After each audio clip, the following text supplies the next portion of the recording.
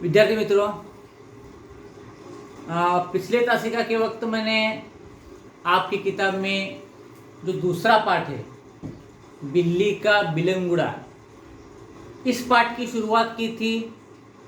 आधे से ज़्यादा पाठ हो चुका है और पिछली तासिका को हमने देखा कि लेखक राजेंद्र हंडा, इनके घर में चूहे ज़्यादा हो चुके थे। उनका बंदोबस्त करने के लिए एक बिल्ली लाई गई।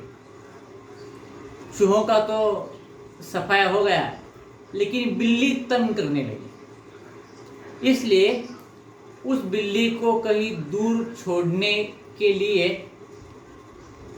लेखक ने अपने नौकर अमरू से कहा कि उसे कहीं दूर छोड़कर आओ।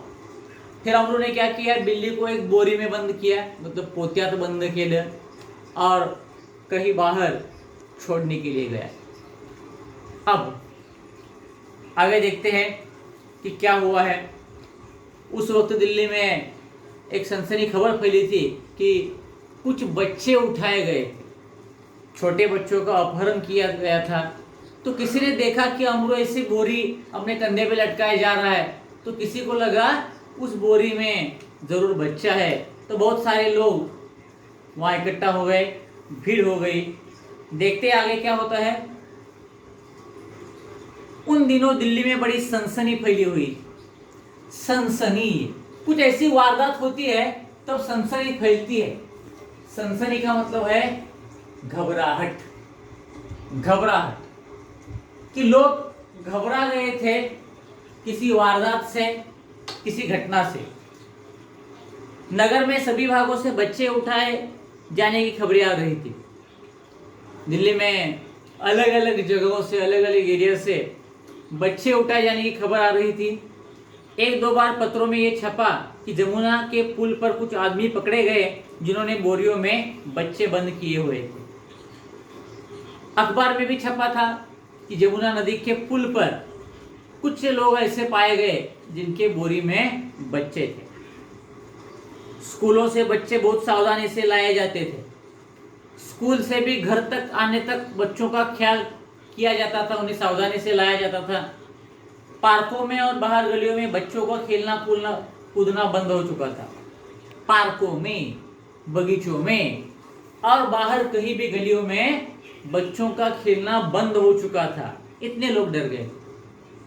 बच्चों के माता पिता उन्हें खेलने के लिए बाहर छोड़ने के लिए तैयार नहीं थे। दिल्ली नगर पालिका और संसद में भी इस विषय पर अनेक सवाल जवाब हो चुके थे। दिल्ली के महानगर पालिका में सवाल उठ चुके थे कि इस बात के लिए क्या किया जाए, इसका बंदोबस्त कैसे किया जाए।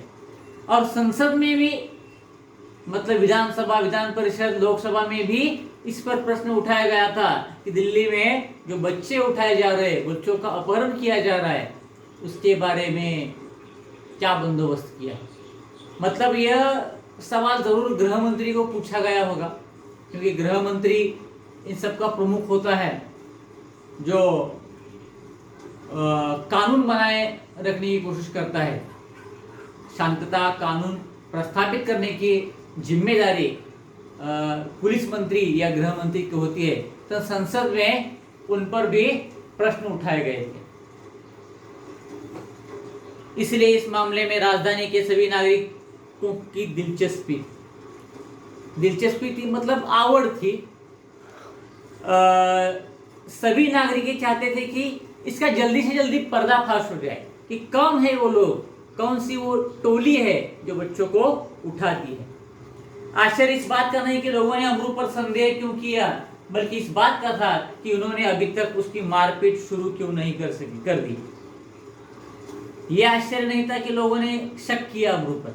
शक करना तो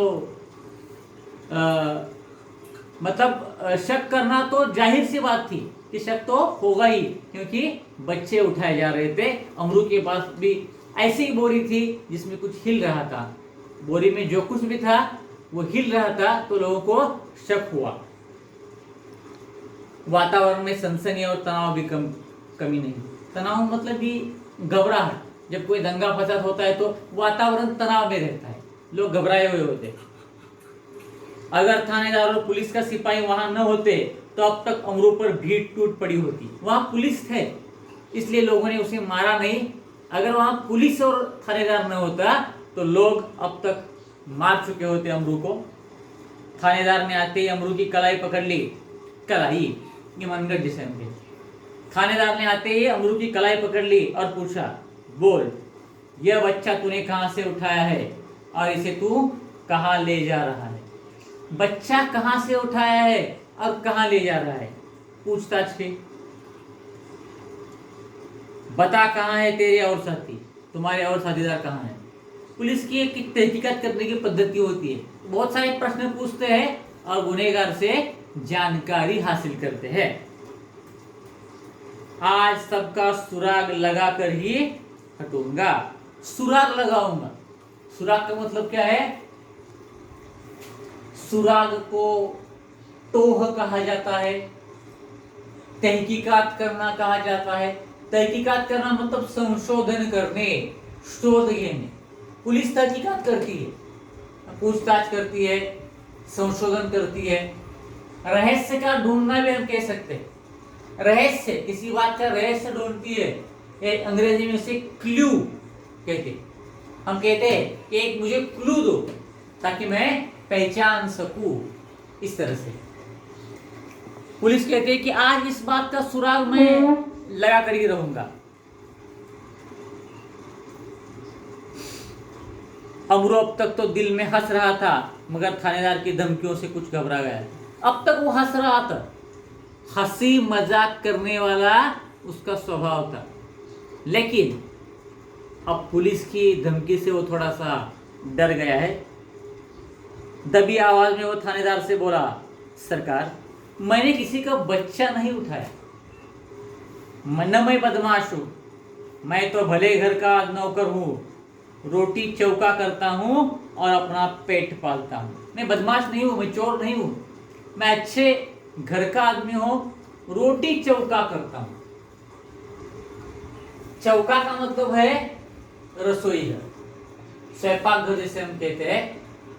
मतलब रसोई घर में मैं खाना बनाने का काम करता हूं और अपना पेट पालता हूं और अपना पेट भरता हूं, अपना गुजारा करता हूं। जो आदमी थानेदार को बुला कर लाया था, जिस आदमी ने थानेदार को बुलाया था, क्रोध में आकर बोला, क्यों बकता है बे? अमरू से कहा, क्यों बकता है बे? दरोगा जी, ये ऐसे नहीं मानेगा, इस तरह से नहीं मानेगा, 2-4 बेत रसीद कीजिए। 2-4 बेत, बेत का मतलब क्या है? वेत। पुलिस के हाथ में, थानेदार के हाथ में बेत की छड़ी, वेताची काठी जरा बनवतो, ऐसी बेत की छड़ी थी और वो कहता है कि रसीद करो, 2-4 बेत रसीद करो। अब रसीद करना मतलब मारना या लगाना। सिर्फ छड़ी मारने को ही हम नहीं कह सकते, चाटा आदि लगाना। अगर चाटा लगाना है तो किस तरह से कहेंगे? 2-4 चाटे रसीद कीजिए। छड़ी मारनी है तो किस तरह से कहेंगे? 2-4 छड़ियां रसीद कीजिए, 2-4 बेत रसीद कीजिए। वो आदमी इंस्पेक्टर से कहता है 2-4 छड़ियों से 2-4 बार मारो उसे, तभी ये अपना गुनाह कबूल करेगा। दरोगा ने बगल से निकालकर बेत अपने हाथ में ले ली कि अमरूद नम्रतापूर्वक झुका और बोला। इस तरह से बगल से निकालकर अपने हाथ में इंस्पेक्टर ने जब छड़ी ले ली, बेत ले ली, तब अमरू हाथ जोड़कर कहने लगा, सरकार, आप जितना चाहे मुझे पीट ले, पहले ये तो देख ले कि इस बोरी में क्या है। आप मुझे भले ही मारिए, लेकिन पहले देख तो लीजिए कि इस बोरी में है क्या। हुक्म हो तो चलिए थाने चले, अगर आपकी इजाजत हो तो थाने में चलकर देख ले। यद्यपि थानेदार इस बात पर राजी हो गए मतलब तैयार हो गए, पर भीड़ कब मानने वाली थी? कभी कभी भीड़ के सामने अधिकारी भी कुछ नहीं कर सकते। गांव करील ते राव करील काय, हम मराठी में कहते हैं, हा? इस तरह से भीड़ नहीं मानने वाली थी। लोग चिल्ला उठे, हरगिज नहीं, ऐसा कभी नहीं होगा, हम सब इस आदमी की बदमाशी के गवाह है, हम सब गवाह है कि इसने बच्चे का अपहरण किया है। मामला कभी दबने नहीं देंगे। मामला दबना मतलब छूट जाना, अमरूद छूट जाएगा, मामला रफा दफा हो जाना, ऐसे हम कहते हैं। अमरूद छूट सकता है क्योंकि कानून की इतनी सारी दांवपेच है जो वकील लोगों को मालूम होती है, और इसका इस्तेमाल करके वकील लोग क्या करते हैं, कभी कभी गुनहगार को उसे छुटकारा दिया जाता है, न्यायालय में उसे छुटकारा दिया जाता है इस कानून की दावपेच के तहत। कायद्याच्या ज्या पळवाटा आहेत त्या पळवाटांचा वापर करून वकील लोक गुन्हेगाराला सोडवतात। तसं हा अमृत सुद्धा सुटेल, पोलीस स्टेशन मध्ये गेला की तो सुटण्याची शक्यता आहे कदाचित, म्हणून आम्ही इथं आहे तोपर्यंतच त्याचा छडा लागला पाहिजे, असं लोकांचं म्हणणं होतं। थानेदार डर गए कि उनकी नीयत पर लोगों को शक हो रहा है। अब थानेदार भी डर गए, अरे लोग तो मुझ पर शक कर रहे हैं, मेरी नीयत पर शक कर रहे हैं। नीयत, इरादा या बर्ताव, इरादा या बर्ताव, इसे हम कभी कभी चारित्र भी कह सकते हैं। नियत मतलब चारित्र भी कह सकते हैं। मतलब लोग मुझ पर शक कर रहे हैं कि मैं पुलिस थाने में जाकर उसे शायद छोड़ दूंगा। लोगों को ऐसा लगता है, कभी कभी पैसे देकर छोड़ दिया जाता है, पैसे लेकर छोड़ दिया जाता है, मतलब मैं रिश्वत लूंगा, ऐसे लोगों को शक हो रहा है। तो अभी मुझे इसे ले जाने से पहले देखना पड़ेगा कि बोरी में क्या है। उन्होंने अमरूद से कहा, अच्छा बोरी को नीचे रखो, इसका मुंह खोलो। उन्होंने आदेश दिया, बोरी को नीचे रखो और उसका मुंह खोलो, देखते ही कि अंदर क्या है। अमरूद शांतिपूर्वक नीचे बैठ गया, धीरे से उसने बोरी का मुंह खोल दिया। जैसे ही बोरी का मुंह खुला, बिल्ली का बिलंगुड़ा छलांगे मारता हुआ एक तरफ भाग गया और लोग देखते ही रहे।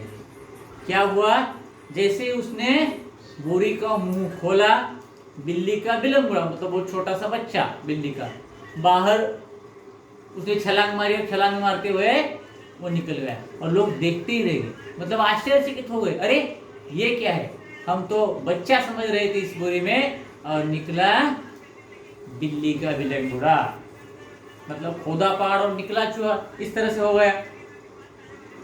थानेदार की भी समझ में ना आया कि अब क्या करे। अब थानेदार को तो पहले बहुत जोश में था, गुस्सा आया था उसे अमरू का, लेकिन अब उसे समझ में नहीं आया कि अब मैं क्या करूं, अमरू को डांटू, अमरू को मारू या लोगों को डांटू, क्या करूं, क्योंकि वो अब तो हार चुका था।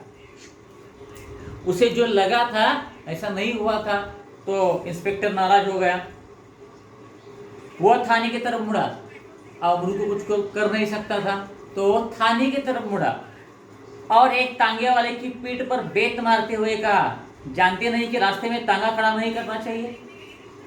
पास ही तांगे वाला था, तो उसने क्या किया, तांगे वाले को बेत मारते हुए, बेत की छड़ी से मारते हुए कहा, जानते नहीं तांगा बीच में खड़ा नहीं, रास्ते पर खड़ा नहीं करना चाहिए। ऐसा क्यों कहा, उसे तांगे वाले को मारना नहीं था। अमरू के सामने, अब जो लोगों के सामने अपमान हुआ है, तो गुस्सा किस पर निकाला, तांगे वाले पर निकाला। इस प्रकार अपनी झेप मिटाने, झेप मतलब संकोच, अब वो शर्मा गया था, खुद से शर्मा गया था। अरे मैं ऐसे जोर जोर से बोल रहा था, चिल्ला रहा था, मारने की कोशिश कर रहा था, लेकिन ये तो निरपराध निकला अमरू। तो खुद का संकोच छिपाने का प्रयत्न करते हुए, मिटाने का मतलब छिपाने का यत्न करते हुए, यत्न मतलब